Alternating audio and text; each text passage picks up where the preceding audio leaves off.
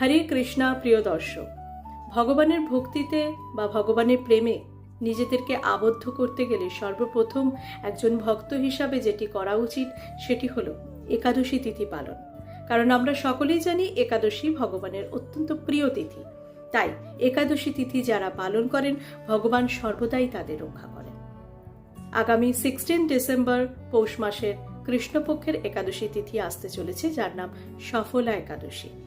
এই একাদশী নিষ্ঠা সহকারে পালন করে আপনারা ভক্তিপথে সফল হবেন।